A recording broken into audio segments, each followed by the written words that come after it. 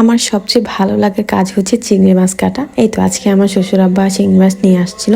আমি তো দেখে খুব খুশি হয়ে গেছি, কারণ আমি চিংড়ি মাছ অনেক পছন্দ করি। এই তো আমি কাটাকাটি করে রান্না বান্না শুরু করে দিলাম। আজকে রান্না করব ভাজি। এটা হচ্ছে করলা আর আলু দিয়ে ভাজি করেছিলাম, অনেক ভালো লাগছিল। আর করেছিলাম বেগুন ভাজা। তো বেগুন ভাজাটা দিয়ে, আমি বেগুন ভাজা একদম পছন্দ করি না, তারপর আমি এই বেগুন ভাজা দিয়ে ওই দিন ভাত খাইছিলাম, ভালোই লাগছে। তো এই তো এখন রান্না করবো মাই মোস্ট ফেভারিট চিংড়ি মাছ ভুনা। বড় লোকেরা বলে চিংড়ি মাছের দু পেঁয়াজা, আমরা গরিব তো তাই বলে চিংড়ি মাছ ভুনা। আচ্ছা যাই হোক, এই তো আমি চিংড়ি মাছটাকে ভালোভাবে ভেজে নিচ্ছি। চিংড়ি মাছ যত ভাজা হবে, আমি জানি না আমার কাছে যে চিংড়ি মাছটা এত ভালো লাগে, এত স্মেল, জাস্ট কি বলবো, এত ভালো একটা স্মেল ছুটতেছিল। এই তো আমি দিয়ে দিলাম পেঁয়াজ মরিচ।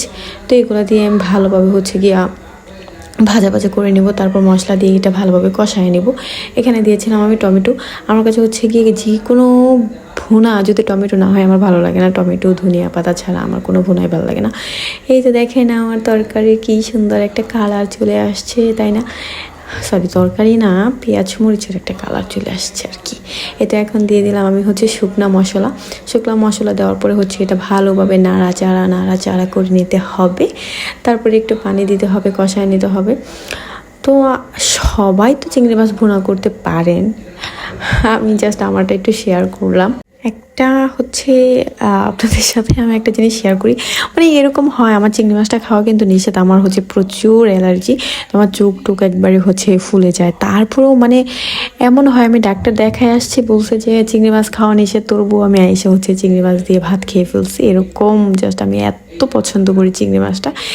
এই তো আমি মশলাটা ভালোভাবে কষায় আমি চিংড়ি মাছটা দিয়ে দিয়েছি। চিংড়ি মাছ দেওয়ার পরে একটু ভালোভাবে নাড়াচাড়া করে এটার মধ্যে পানি দিয়ে দিতে হবে।